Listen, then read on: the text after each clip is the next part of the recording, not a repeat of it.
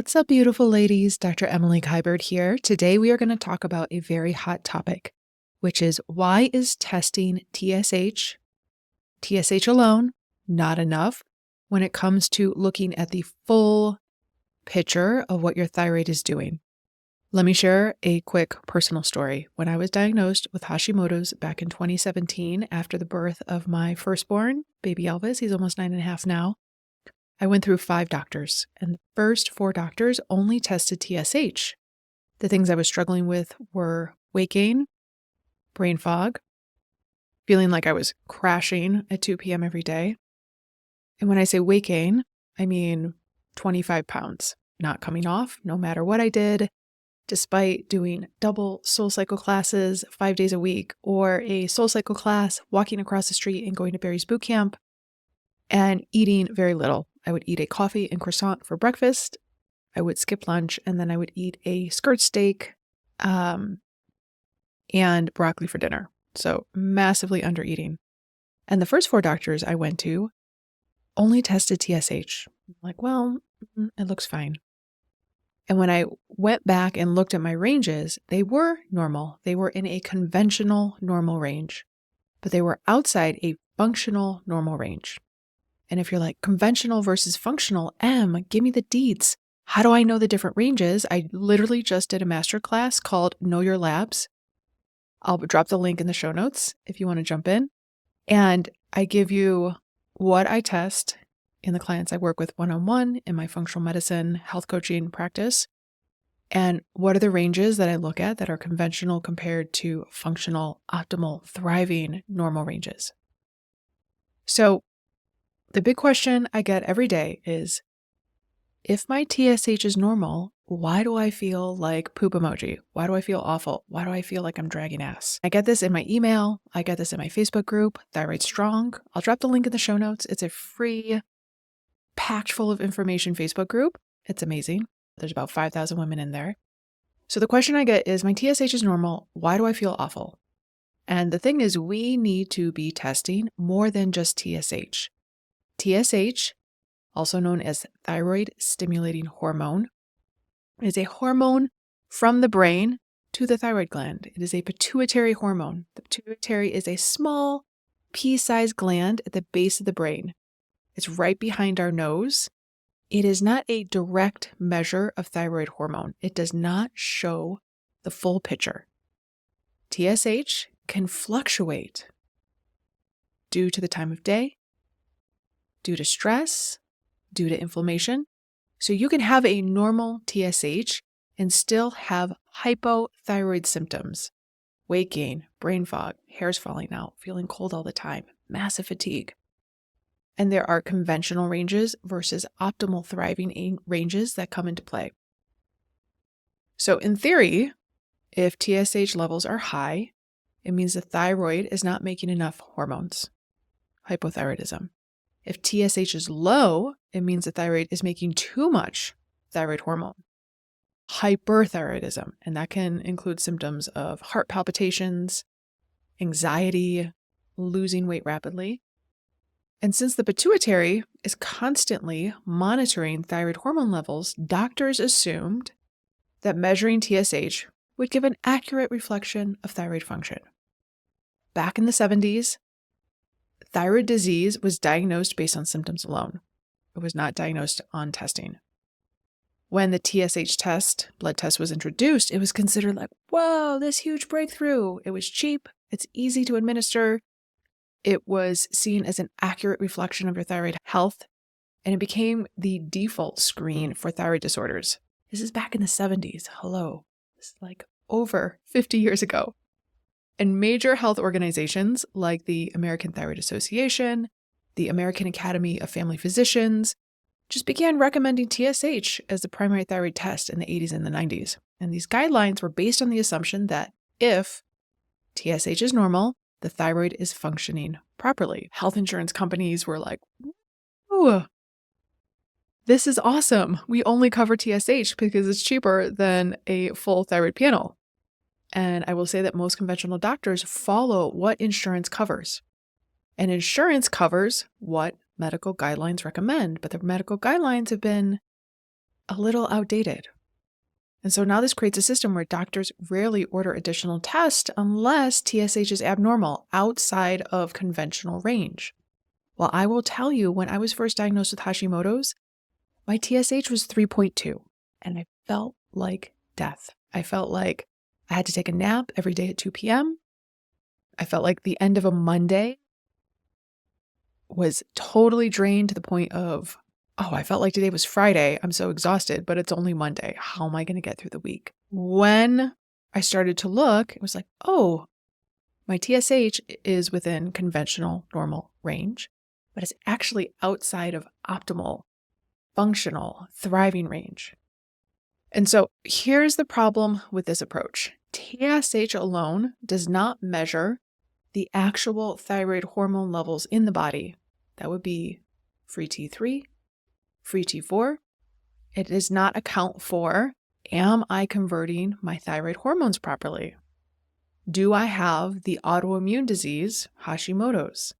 About 90% of women who are hypothyroid have thyroid antibodies, have the autoimmune form of hypothyroidism.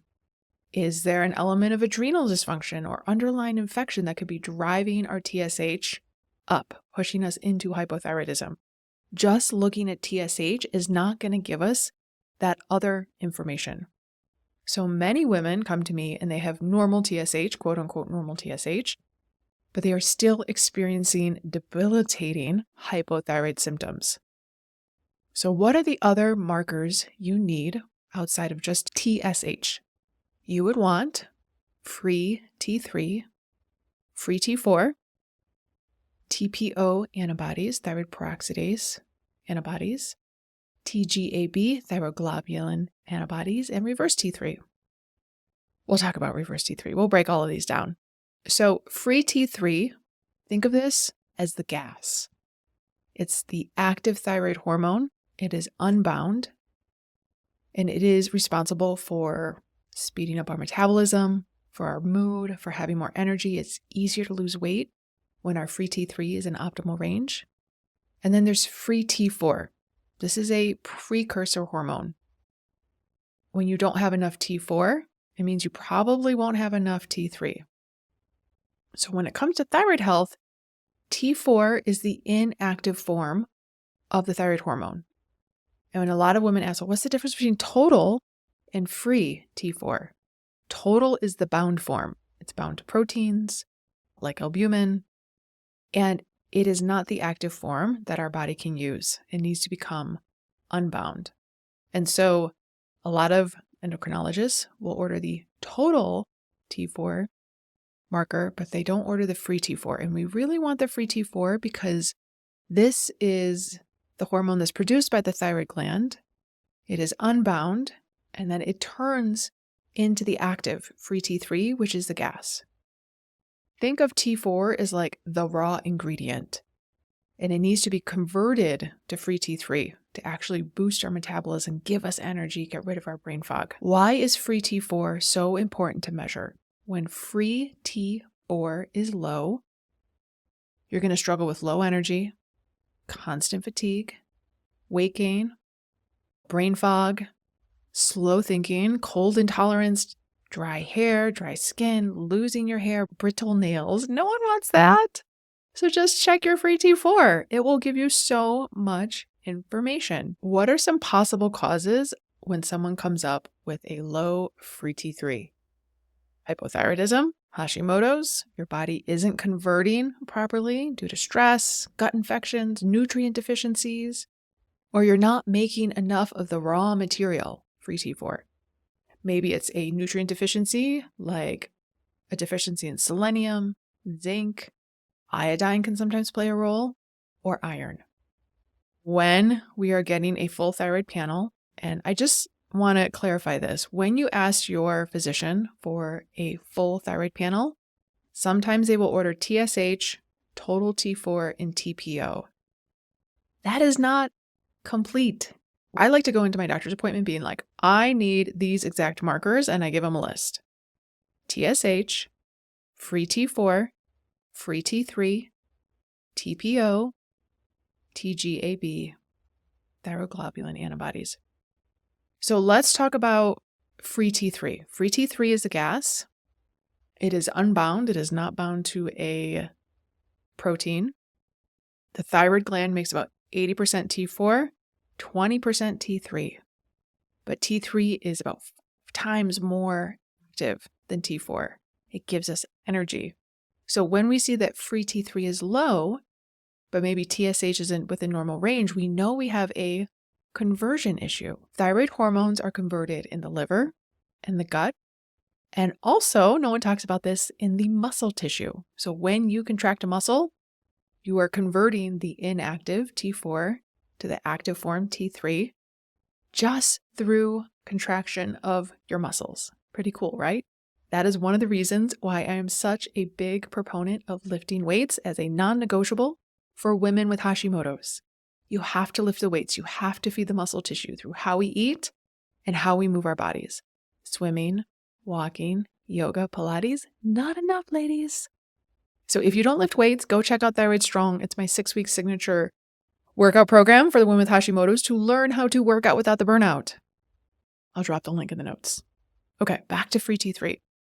So free T3 is like the gas. If there's not enough, but your TSH is within normal range, there's a conversion issue. I see this all the time. And now we're starting to look at nutrient deficiencies, gut infections, mold exposure, environmental load. And when we start to address the root cause, thyroid hormones can come back into optimal range. So oftentimes I see women who are chasing the hormones because their doctor's chasing the hormones. Hormones are reactive. So let's say your TSH is normal, but your free T3, the gas, is low. Okay, let's just bump up your medication. Let's give you more hormones.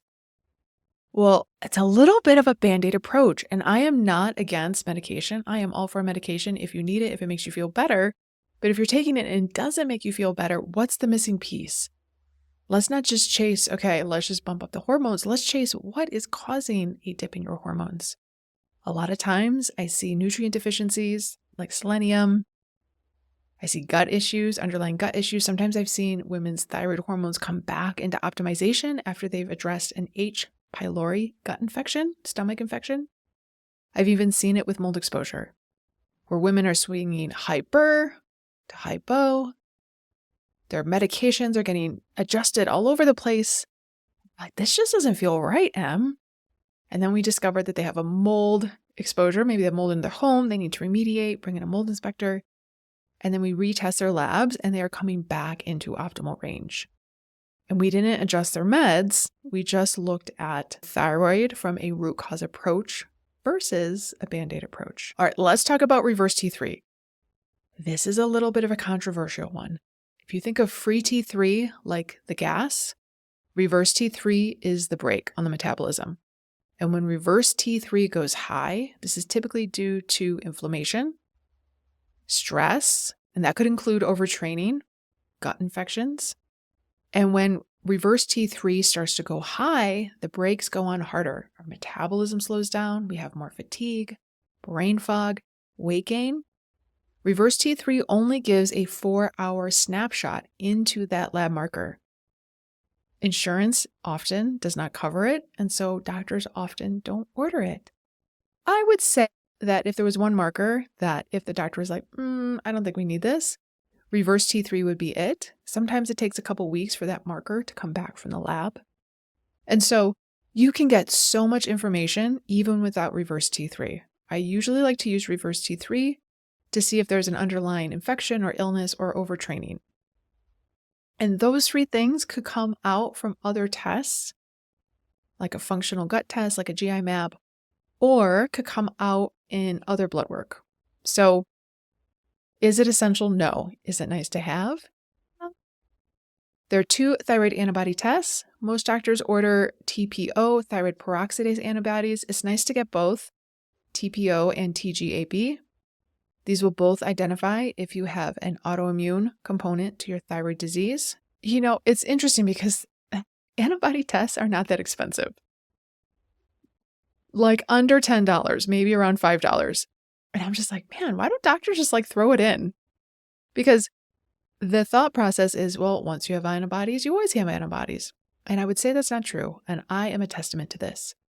When I was first diagnosed, my thyroid antibodies were sky high.